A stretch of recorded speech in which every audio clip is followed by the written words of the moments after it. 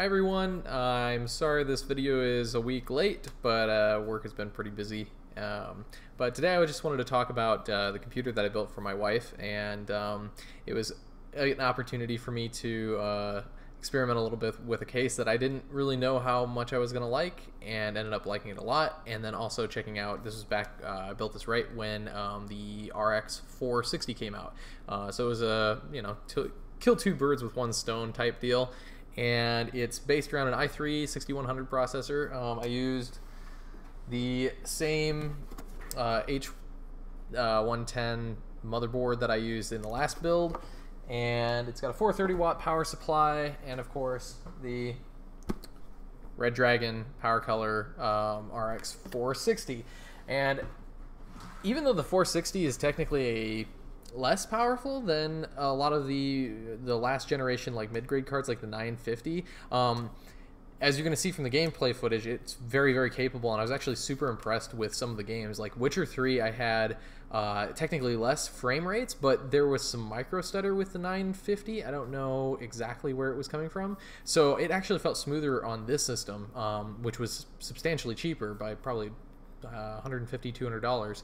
So yeah, it's a great little computer, and my absolute favorite part is the case. The case is just gorgeous. It's DIYPC. It's a DIY F2P, I think, the purple one, and it's like a $35 case, but it looks fantastic. And the lighting that I have, we got new lighting.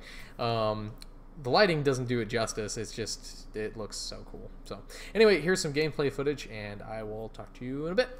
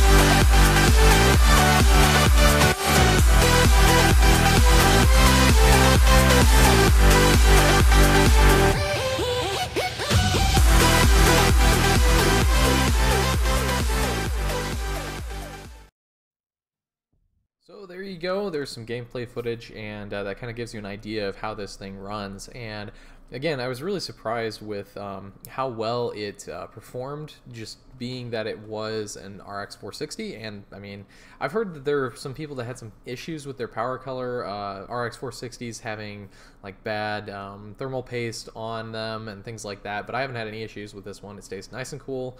I've actually got it a little bit overclocked now after recording this video, but yeah, so some of the things I wanted to also mention, I forgot, I put I put a water cooler on it, and it was actually, it's the CORSAIR Hydro H50, yeah, and that was the first time I've ever tried an all-in-one water cooler.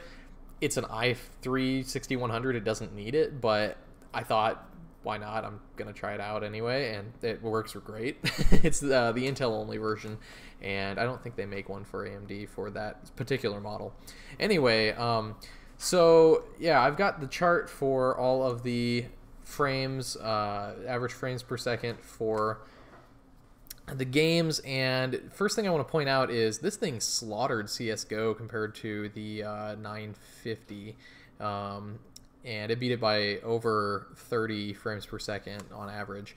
Overwatch 60, Skyrim, I used the HD edition this time, and I'm going to use that from now on. The last time I did this, I didn't have the HD edition, so I had to use the original, but with the high definition mods.